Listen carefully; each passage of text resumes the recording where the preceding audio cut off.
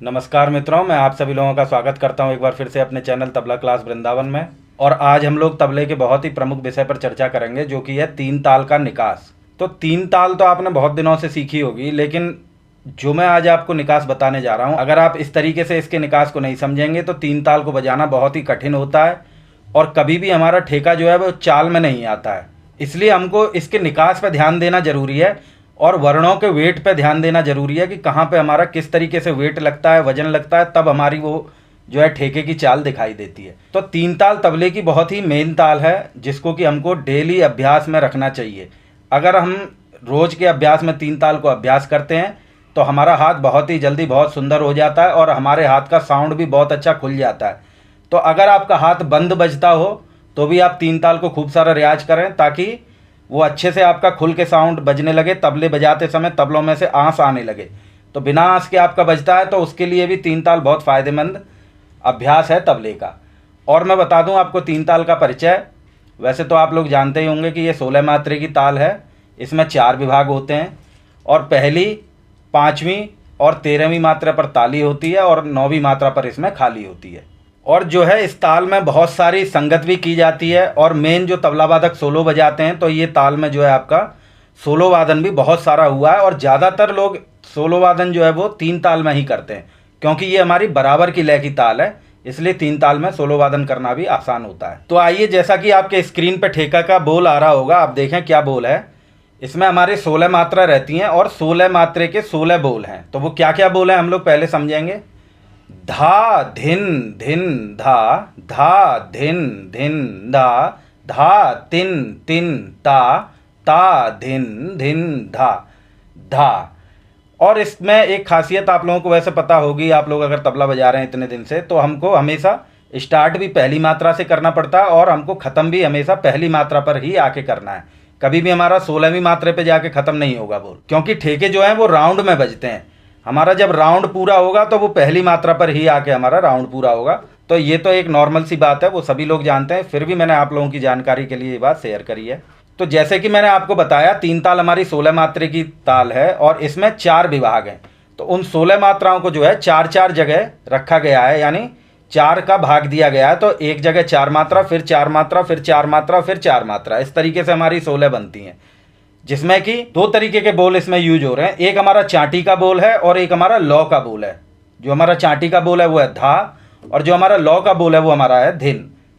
अब इसमें एक बड़ा पेच है जिसको आपको समझना पड़ेगा इसका निकास करते समय, कि हमें किस तरीके से इसको बजाएं कि हमारा हाथ बहुत अच्छी सफाई से बोले और कैसे हम इसके बोलों में वेट रखें। तो देखिएगा, मैं आपको एक अंदाज बता रहा हूँ। जैसे 4 विभाग हैं, 4 विभाग में हम लोग क्या कर रहे हैं कि पहले विभाग को हम लोग देख रहे हैं, जिसमें हमारी 4 मात्रा हैं। 4 मात्रा में से हमको क्या करना है, पहली मात्रा और तीसरी मात्रा को तेज बोलना है या तेज बजाना है, और दूसरी मात्रा और चौथी मात्रा को हमें साउंड में कम रखना है। उसी तरीके से अब हम चारों विभाग को कर लेंगे। तो हमारी जो 4 विभाग है उनमें पहली मात्रा और तीसरी मात्रा तेज है और दूसरी और चौथी मात्रा धीरे है। ऐसे ही फिर अगले विभाग में, ऐसे ही अगले विभाग में, चारों विभाग में यही प्रक्रिया चल रही है। तो आप लोग देखिएगा, एक बार मैं आपको बोल के बता रहा हूं कि पहला क्या हो रहा था, हमारा धा तेज आएगा, धा, अगला धिन कम, धिन, फिर से धिन तेज आएगा, धिन, और अगला धा कम आएगा, धा। अब फिर हम अगले विभाग पे पहुंचते हैं, तो पहला धा है वो, फिर से धा तेज, धा, बगल वाला धिन कम, धिन, अब आगे वाला जो धिन है वो हमारा तेज, तीसरी मात्रे का धिन है ये दूसरे विभाग की, तो ये धिन तेज होगा, धिन, और चौथी मात्रे का धा जो होगा वो धा कम हो जाएगा, धा। अब हम लोग चलते हैं तीसरे विभाग पर, जहाँ पर फिर वही है, पहली मात्रा और तीसरी मात्रा तेज और दूसरी और चौथी कम, कि धा, दूसरी मात्रा तिन, फिर तीसरी मात्रा तिन, चौथी मात्रा ता।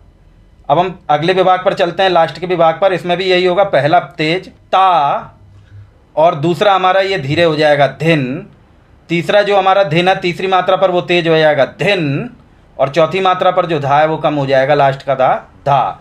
तो भाई एक बार मैं कंटिन्यू बोल के बता रहा हूँ आपको, देखिएगा, फिर ताली खाली से बताता हूँ, फिर इसका निकास। धा धिन धिन धा, धा धिन धिन धा, धा तिन तिन ता, ता धिन धिन धा, धा धिन धिन धा, धा धिन धिन धा, धा तिन तिन ता ता धिन धिन धा धा।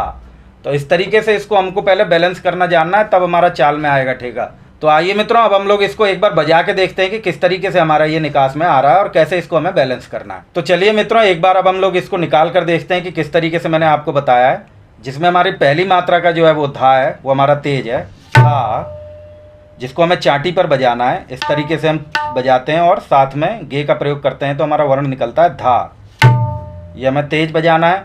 दूसरी मात्रा पर धिन, इसे हमें कम बजाना है। तीसरी मात्रा पर जो धिन है इसको हमें तेज बजाना है, और चौथी मात्रा पर जो धा है उसको हमें कम बजाना है। तो इस तरीके से हमें ध्यान देना है। देखिएगा, धा धिन।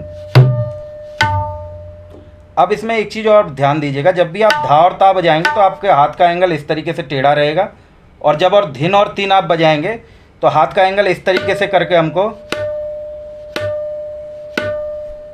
इसका निकास करना है। और यही हमारे धिन और तीन सारे लौ पर बजेंगे और धा और ता हमारे सारे चांट पर बजेंगे। तो एक बार मैं इसकी बैलेंसिंग दिखा रहा हूँ आपको। देखिएगा, धा धिन धिन धा धा धिन धिन धा धा धिन धिन ता ता धिन धिन धा धा धिन धिन धा धा धिन धिन धा धा धिन धिन ता ता धिन धिन धा डबल धा धिन।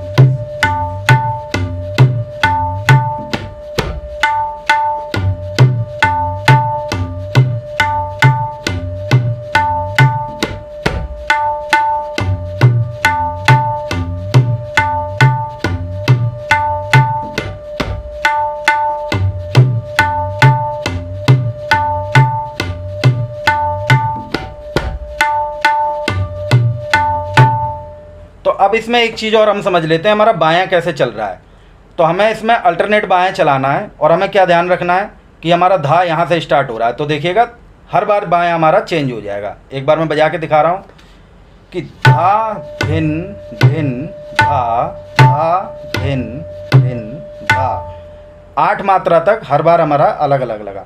9वीं मात्रा पर हम जाएंगे तो हमारी 9वीं मात्रा फिर यहाँ से चालू हो रही है धा, और तिन में हमको लौ का प्रयोग करना है तिन तिन।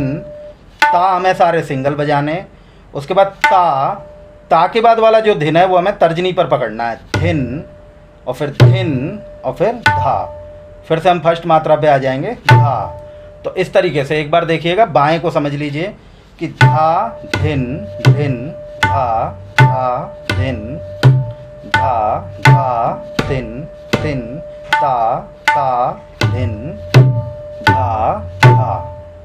तो इस तरीके से इसका बायां है। अब इसमें एक चीज़ और मैं सरलता आपको बता देता हूँ कि जब भी हम धा और धिन, जो भी वर्ण हमारा मध्यमा और तर्जनी पर आ रहा है वो हमारा यहाँ पर तेज बज रहा है, और जो भी वर्ण हमारा अनामिका पर आ रहा है वो वर्ण यहाँ पर हमारा धीरे बज रहा है। आप लोग एक बार देख लीजिएगा फिर से, धा धिन धिन धा धा धिन धिन धा धा तिन तिन ता ता धिन धा धिन धा धिन धिन धा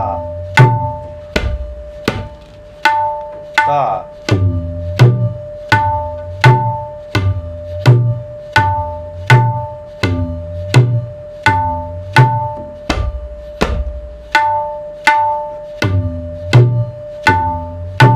इस तरीके से हमको इसको धा दिन दिन धा को निकालना है। तो आइए मित्रों, एक बार इसको अब हम एक गुण दुगुन और चौगुन में बजाकर देखते हैं इसी बैलेंस से कि किस तरीके से हमें इसको अभ्यास करना है। और शुरू में हमें याद रखना है कि हमें पहले एक गुण को ही सेट करना है, फिर हमें दुगुन में जाना है, तब चौगुन में। और इसको आपको माना अभ्यास तभी जाएगा जब आप इसको चौगुन में जाके और 15-20 मिनट बजा सकें। तो इसको पहले सेट करें एक गुण दुगुन में, फिर धीरे धीरे अभ्यास करके चौगुन में लाएं। उसके बाद वहाँ पर इसको अभ्यास करना चाहिए, जिससे कि हमारे हाथ में अच्छी पावर बनती है। तो देखिएगा, 1 2 3 4 धा धिन धिन धा।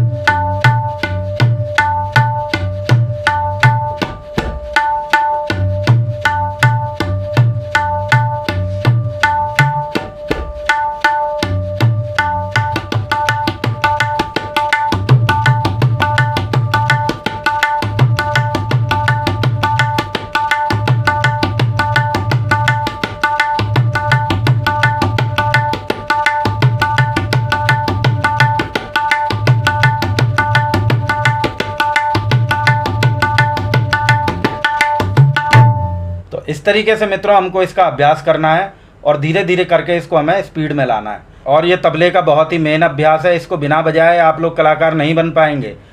जब तक लौ चाट साफ नहीं होगी तब तक कोई भी ठेका अच्छा नहीं बजेगा, ये ध्यान रखिए। अगर आपको सभी ठेकों में अगर अच्छा बनाना है, यानी आपके दादरे के भी ठेके अच्छे बजें, कहरवे के भी, रूपक का भी, तो आपको जड़ में पानी देना होगा। रूपक और दीपचंदी और दादरे के ठेके ये सब तबले के पेड़ के पत्ते हैं, आप पत्तों में पानी डालेंगे तो आपके ये कभी सही नहीं होंगे।